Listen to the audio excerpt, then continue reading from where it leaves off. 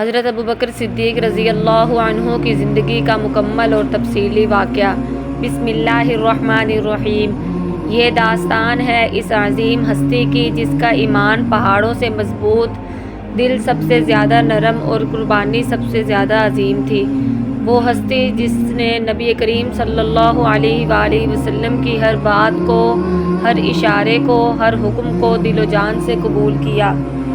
وہ ہستی جسے دنیا صدیق کے نام سے جانتی ہے، حضرت ابوبکر عبداللہ بن ابی قحافہ رضی اللہ عنہ۔ آپ رضی اللہ عنہ کی پیدائش مکہ مکرمہ میں ہوئی۔ رسول اللہ صلی اللہ علیہ وآلہ وسلم سے تقریباً 2.5 سال بعد آپ رضی اللہ عنہ کا قبیلہ قریش کے بڑے معزز قبیلوں میں سے تھا۔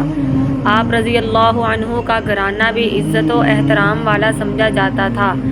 آپ رضی اللہ عنہ کا رنگ گورا، چہرہ روشن، داڑھی گھنی اور پیشانی کشادہ تھی۔ آپ رضی اللہ عنہ کی طبیعت نرم دل، حساس اور کردار بے داغ تھا۔ زمانہ جاہلیت میں جہاں لوگ بت پرستی، شراب نوشی اور بدکاری میں ڈوبے ہوئے تھے، آپ رضی اللہ عنہ ان سب سے پاک زندگی گزارتے تھے۔ آپ رضی اللہ عنہ کبھی کسی سے جھوٹ یا دھوکے میں شامل نہ ہوئے، اسی لیے قریش میں آپ رضی اللہ عنہ کو عزت کی نگاہ سے دیکھا جاتا تھا۔ حضرت ابوبکر رضی اللہ عنہ کا اصل نام عبداللہ تھا، لیکن ابوبکر کنیت مشہور ہوئی اور ایک اور لقب عتیق ملا، کیونکہ آپ رضی اللہ عنہ بچپن ہی سے آزاد، خوبصورت اور خوش اخلاق تھے۔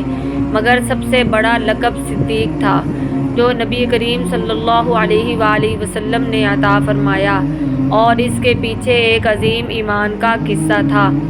جب نبی کریم صلی اللہ علیہ وآلہ وسلم پر پہلی وحی نازل ہوئی اور آپ صلی اللہ علیہ وآلہ وسلم نے اسلام کی دعوت دی، تو سب سے پہلے ایمان لانے والی شخصیت حضرت خدیجہ رضی اللہ عنہا تھی، اور مردوں میں سب سے پہلے فوراً ایمان لانے والے حضرت ابوبکر صدیق رضی اللہ عنہ تھے۔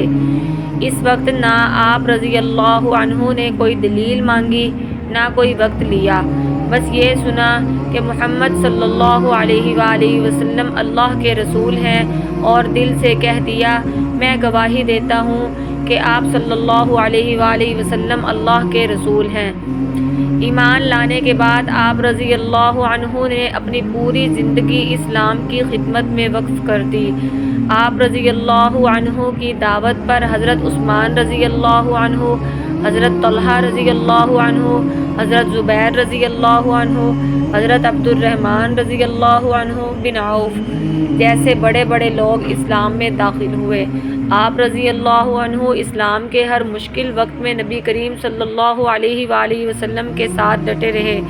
جب مسلمانوں پر مکہ میں ظلم بڑھا تو آپ رضی اللہ عنہ نے اپنا مال کھول کر خرچ کیا، غلاموں کو خرید کر آزاد کیا، خاص طور پر وہ غلام جو صرف اس لیے مارے جاتے کہ وہ اللہ ایک ہے کہتے تھے۔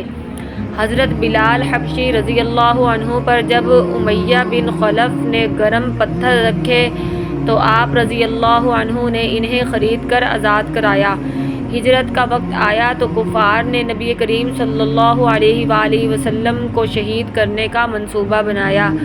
اللہ کے حکم سے آپ صلی اللہ علیہ وآلہ وسلم مکہ سے مدینہ کی طرف روانہ ہوئے، اور اس سفر میں آپ کے واحد ساتھی حضرت ابوبکر صدیق رضی اللہ عنہ تھے۔ غار ثور میں 3 دن کا قیام ہوا۔ رات کو آپ رضی اللہ عنہ دشمنوں کی آواز سنتے تو گھبرا جاتے کہ کہیں حضور صلی اللہ علیہ وآلہ وسلم کو نقصان نہ پہنچ جائے۔ ایک وقت ایسا بھی آیا کہ دشمن غار کے منہ تک آ گئے، مگر اللہ کی قدرت سے مکڑی کا جالا اور کبوتروں کا گھونسلہ دیکھ کر واپس لوٹ گئے۔ اس سفر میں آپ رضی اللہ عنہ نے جان کی پرواہ نہ کی، صرف رسول اللہ صلی اللہ علیہ وآلہ وسلم کی حفاظت کو ترجیح دی۔ مدینہ پہنچنے کے بعد ہر غزوہ، ہر مشکل مرحلے میں آپ رضی اللہ عنہ رسول اللہ صلی اللہ علیہ وآلہ وسلم کے ساتھ رہے۔ غزوہ بدر میں آپ رضی اللہ عنہ نے اپنی جان ہتھیلی پر رکھ کر دشمن کا مقابلہ کیا۔ غزوہ احد میں جب لوگ پیچھے ہٹ گئے، آپ رضی اللہ عنہ آگے بڑھ کر رسول اللہ صلی اللہ علیہ وآلہ وسلم کے ساتھ کھڑے رہے۔ غزوہ خندق میں سخت ترین حالات میں بھی آپ رضی اللہ عنہ کا حوصلہ کم نہ ہوا۔ غزوہ تبوک میں جب مسلمانوں کو سخت مالی ضرورت پیش آئی، حضرت عمر رضی اللہ عنہ آدھا مال لے آئے، لیکن حضرت ابوبکر رضی اللہ عنہ اپنا سارا گھر کا مال لے آئے۔ رسول اللہ صلی اللہ علیہ وآلہ وسلم نے پوچھا، ابوبکر گھر والوں کے لیے کیا چھوڑا؟ تو آپ رضی اللہ عنہ نے کہا، اللہ اور اس کا رسول صلی اللہ علیہ وآلہ وسلم۔ یہ ایمان کا وہ درجہ تھا جہاں محبت، قربانی اور یقین اپنی انتہا کو پہنچ جاتا ہے۔ فتح مکہ کے دن آپ رضی اللہ عنہ نے اپنے والد ابو قحافہ کو اسلام میں داخل کیا۔ حجۃ الوداع کے بعد جب رسول اللہ صلی اللہ علیہ وآلہ وسلم کی بیماری بڑھی تو آپ صلی اللہ علیہ وآلہ وسلم نے نماز کے لیے حضرت ابوبکر رضی اللہ عنہ کو امام بنایا، کیونکہ آپ رضی اللہ عنہ ہی امت کے سب سے بڑے اور مضبوط ایمان والے شخص تھے۔ پھر وہ وقت آیا جب رسول اللہ صلی اللہ علیہ وآلہ وسلم اس دنیا سے رخصت ہوئے۔ یہ خبر سن کر مدینہ میں کوہرام مچ گیا۔ حضرت عمر رضی اللہ عنہ نے کہا، جو کہے کہ رسول اللہ صلی اللہ علیہ وآلہ وسلم وفات پا گئے ہیں، میں اس کی گردن اڑا دوں گا۔ اس وقت حضرت ابوبکر رضی اللہ عنہ مسجد میں آئے، رسول اللہ صلی اللہ علیہ وآلہ وسلم کے چہرے سے کپڑا ہٹایا، پیشانی کو چوما اور کہا، اے اللہ کے رسول، آپ پاکیزہ زندگی گزار کر پاکیزہ ہی دنیا سے چلے گئے۔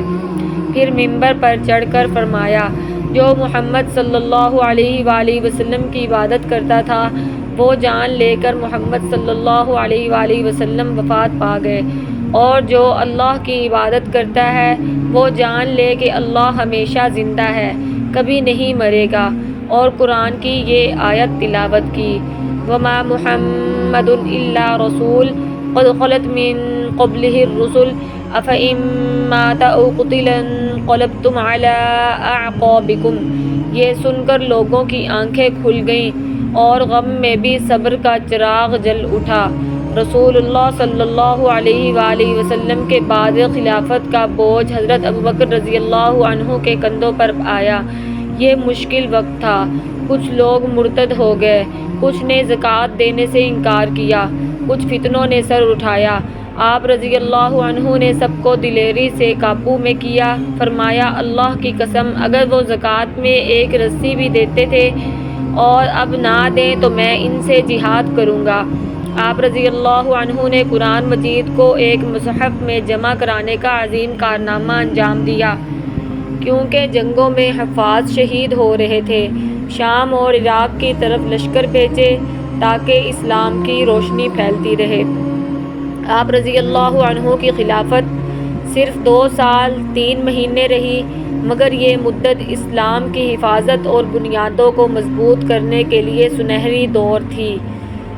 جب وفات کا وقت قریب آیا تو آپ رضی اللہ عنہ نے اپنی قبر رسول اللہ صلی اللہ علیہ وآلہ وسلم کے پہلو میں بنوانے کی وصیت کی۔ 63 سال کی عمر میں جمادی الاخرہ 13 ہجری کو آپ رضی اللہ عنہ اس دنیا سے رخصت ہوئے۔ مسلمانوں پر ایسا غم آیا جیسے ایک بار پھر رسول اللہ صلی اللہ علیہ وآلہ وسلم کی جدائی کا زخم تازہ ہو گیا ہو۔ حضرت ابوبکر صدیق رضی اللہ عنہ کا پورا وجود ایمان، محبت، اثار اور سچائی کا پیکر تھا۔ آپ رضی اللہ عنہ نے اپنی زندگی کا ہر لمحہ اس دین کے لیے قربان کیا۔ آپ رضی اللہ عنہ کا پیغام آج بھی زندہ ہے کہ اللہ اور اس کے رسول صلی اللہ علیہ وآلہ وسلم کی محبت سب سے بڑھ کر ہونی چاہیے، چاہے دنیا کی ہر چیز قربان کرنی پڑے۔ السلام علیکم۔